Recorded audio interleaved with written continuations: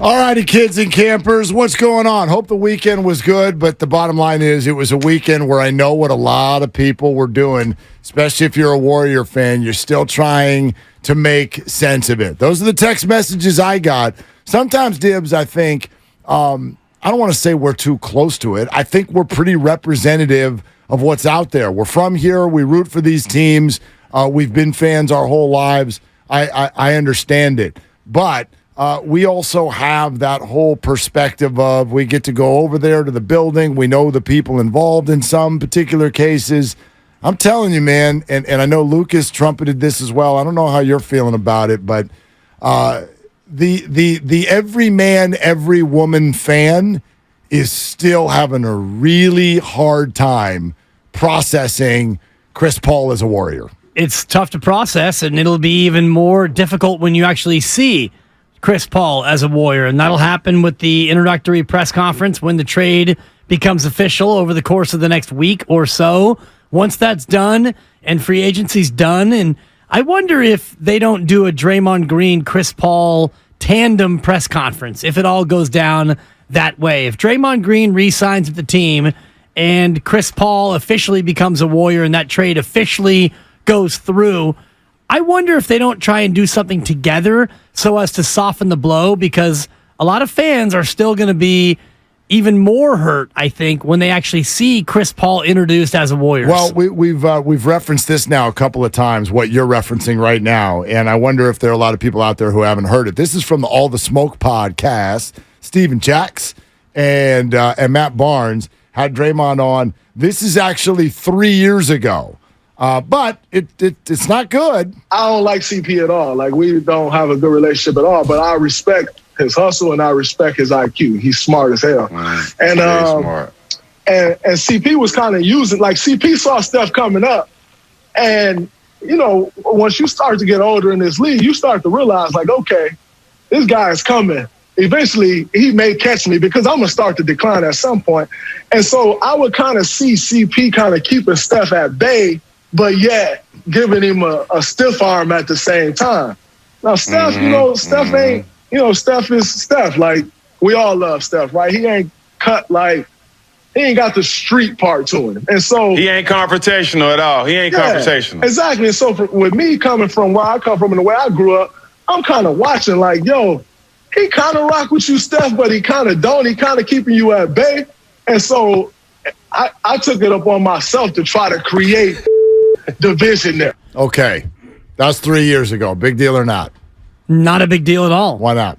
Because, for one, it was 3 years ago, and he speaks the truth. And as I heard him talking about when you see someone younger coming for you, I thought about Klay Thompson and Devin Booker, because that's exactly what that was. And that's why Klay's like, I got four. He sees Devin coming for him, and Klay's getting older. And Draymond Green, in his own way, I'm sure sees younger players coming for him. Now, if it's Draymond, he sees probably every other player in the league in that way, because he just talked about it. He's from a different background, and he's got that edge. So he sees all competitors as people who are coming for him, and that's why Draymond plays so hard, and that's why he'll be a competitor to the very, very end. And Steph doesn't really see it that same way now that he's on the other end of it. But yeah, that's nothing to me. That's a big, giant nothing burger. Well, a lot has happened since then, is the first thought that goes through my head. Right. I don't know if it's a big nothing burger. I guess that's only a question for Draymond. Right. Like, is he still not? I still don't like him. I'm still not going to ride with him. Well, if you're not going to ride with him, then we got a problem.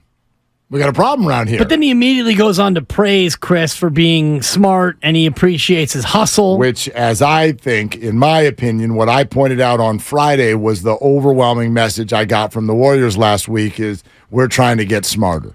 We're trying to get more experience. We're trying to get smarter. I think we fell prey to being a dumb team last year, and so we're going to go get a senior from Indiana.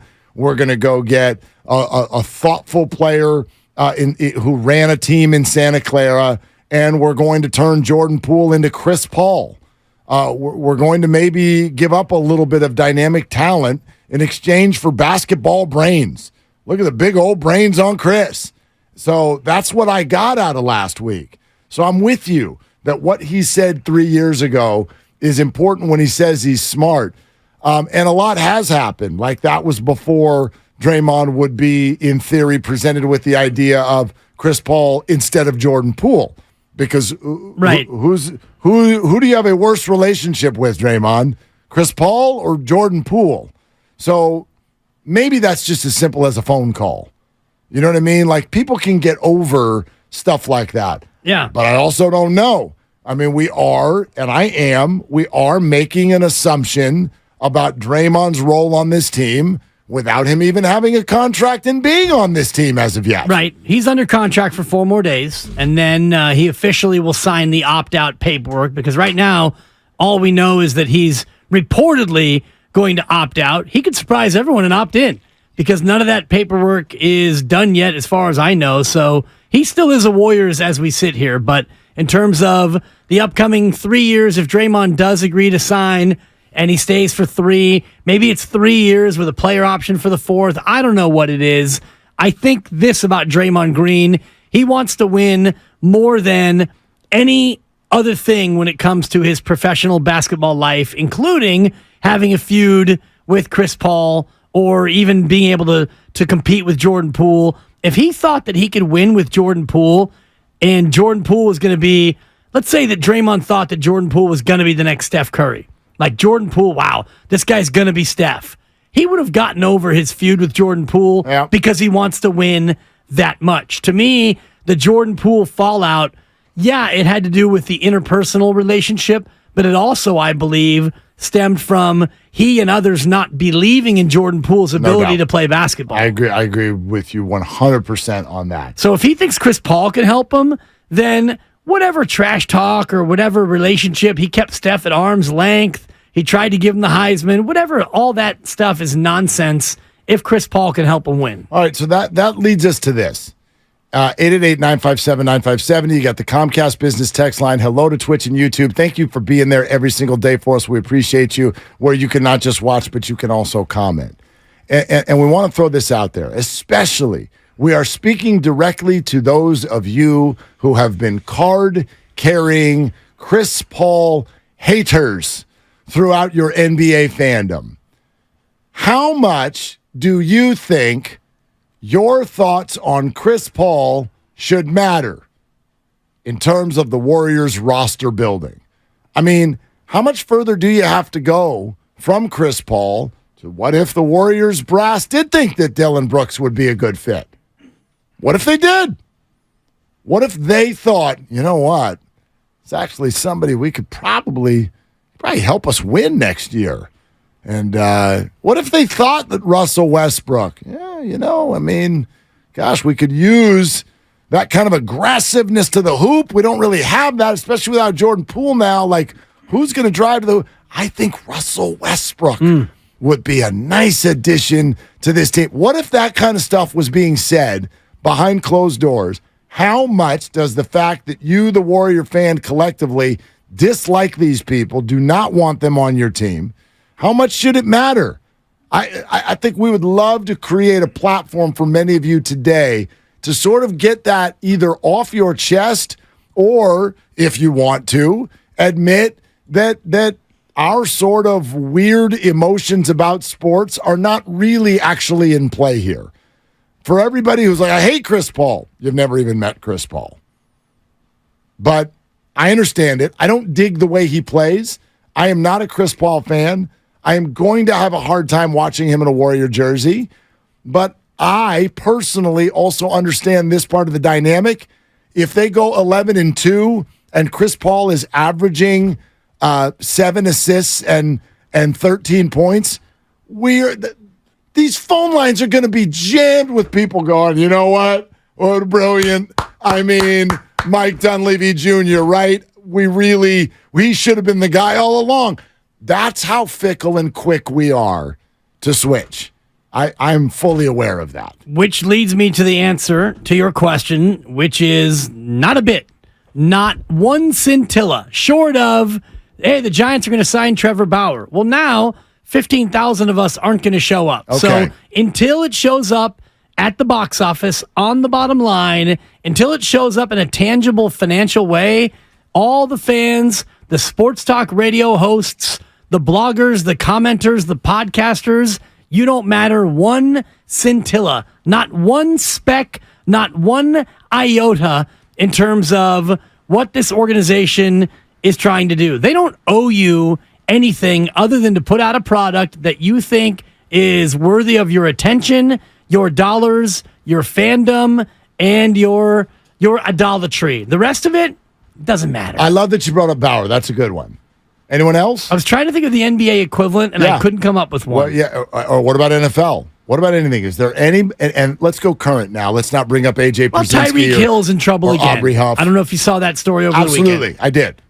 Tyreek is doing more Tyreekian things. Yeah, but this is certainly, even if, first of all, they're still investigating the whole thing, and even if it goes somewhere, it is not what his past transgressions have been. Right, but it's just another log on a bonfire of misdeeds. Yeah. Deshaun Watson's always the convenient one, and although everything that he did is simply alleged, so some fans would say, oh, he was never charged. Well, he was never convicted. And I hate getting into this stuff because it pins us in a corner, I think, when you're a member of the media and you talk about this. But Deshaun Watson, whatever you think about his issues, unfortunately, we sort of rank issues. Like if you want Deshaun Watson, whatever Deshaun did, and again, it's really hard to speak to because it's all alleged and there's a lot of aspects to it. But if you compare that to people like Tyreek Hill and Joe Mixon and Ray Rice, I mean, I'm obviously way more offended by people who are actually punching women. Even if what you want to say is Deshaun Watson was being misogynistic. I think you can make that point. Yeah, I'm still going to be more offended by punching a pregnant woman in the belly. To the point of this conversation, and I don't want to get into the lewd details of Deshaun because it's more than just misogyny. It's things that I don't even want to speak to because it's disgusting. But it does get down to what you're talking about, which is the subjectivity of outrage. So I'm outraged. Well, Joe Mixon was only 18 at the time, and Ray Rice was 27. I mean, so he's a grown man. He should know better. He's a young man. He shouldn't have known. I mean, then we get into this wild subjectivity. Selective outrage, selective morality, all of that. I think in terms of the greater point for this conversation, which is what do these organizations owe you, the fan, in terms of your input? And because the sensibility out there is that the majority of Warriors fans don't want Chris Paul to be a Warrior. Now, it's not 99-1. It might be 70-30. Yep. Whatever the number is, it feels like the Warrior fan is not happy about this trade as opposed to if they would have gotten another player for Jordan Poole. Let me ask you this. Do you think in the process of making this decision, do you think that came up in the Warriors conference room? No. See, I do. See, I mean, I absolutely do, and I think that they decided. It was met by a hearty round of laughter. No, I think that I listen when you talk about what's owed to the fans. I look at it the other way around. The fans, in a way, actually have the power. They don't have the resources that the team has, but if the team turns you off enough and you don't go, well, now the team has shot itself in the foot. So what the team is saying is not, does our fan opinion matter? They're asking it in just a little bit of a different way, which is, would this move turn off the fans to a level where it would blow up in our face? And I think they talked about it. That'd be my guess. They had a good, hearty laugh. And their answer was no. We think that we can handle this one. But you bring up Bauer, who also, by the way, is essentially just an alleged attacker or whatever you want to call it. I think there are certain players, and I can't think of any other really great ones off the top of the head that are like that cut and dry. I think Trevor's a really good example. Trevor was an amazing pitcher, like before he left baseball. As recently as 2 years ago. Right. Yeah. I mean, we hated him then because he was on the Dodgers and he was doing the sword thing on the mound and all that stuff. But he was a very, very good pitcher, and for a team that needs a starting pitcher to think about. If that rumor comes out in 2 weeks, because he's playing in Japan, I think. He's in the minors in Japan, but if all of a sudden he becomes available and the Giants need a starter and wouldn't cost us any prospects, all of a sudden now it becomes a different conversation. But in terms of Chris Paul, you're right, Mark. They have the conversation. You may be right about that. But the conversation is, what's this going to do to us in terms of our finances, the bottom line? Are people going to stop showing up because we get Chris Paul? I doubt it. No, I don't think so either. But I do think it is something that a professional sports team will sit down and talk about before acquiring a player, especially if there's been any controversy. And I'm sure they had a conversation with Draymond Green. And Steph Curry, for sure. And Clay. You guys all right? You all right with this? And that's why that sound that we played, I have to think. Again, just put the chain link fence together, okay? Here's chain link 1. Do we think we're keeping Draymond Green? They have publicly stated not only that they want to, but that they're dead if they don't. And that he wants to be here. Right. Okay, so that's chain link 1. Now, they are very aware of these prior comments and his thoughts. So, if you're in any way worried about Draymond leaving, would you make this acquisition if you thought it was going to turn him off at such a level? I've got to think that there was a conversation. Hey, Draymond, you good with this? Yes, I'd be good with this. Don't worry. You keep working on our deal. Yes, I'm going to sign off on that. I think all that stuff happens, and it's why I get to this point where I'm like, A, I can understand the deal, and B, I still think Draymond Green is going to stay with the Warriors because it's the only thing that actually makes all the puzzle pieces fit. But I really do think that teams sit down and have these conversations, right? They've got conference rooms. You sit down and you talk about this from every angle. Like, what do you think? I mean, this is a $30 million investment. You're not going to do that without going like, let's hit this from every angle. What do we all think? Sure. How's it going to be received? We are an entertainment outlet. Right. And so they ask, I don't know if they ask Raymond Ritter in the public relations department or whoever they ask, like, what's the fan reaction going to be? Jim? Well, I tell you what, we've done some straw polling and 71% of the fans aren't going to be happy about it. But of that 71%, a grand total of 0 will turn in their season tickets. We're getting no word that people are going to actually stop spending money on the product. So basically, the bottom line of this is, yeah, there'll be a little bit of PR blowback. Jordan Poole was a young fan favorite in many pockets. Chris Paul's not beloved, but it's not going to cost us any money, guys. Back to you, Joe. We'll do the deal then, darn it. I mean, and I think it's also one of the reasons you do it as early as possible. Part of that is just the league year and the way it's structured. But when you do something like this, I think you want time. I think time is on your side. You want time to have things sort of settle in with people. And as you stated, I mean, to a degree, you can already see it in the, what have we had, 5 days? If you count Thursday, this is 5 days. Yeah, it was Thursday, yeah. Thursday, Friday, so really only 4 days since this announcement.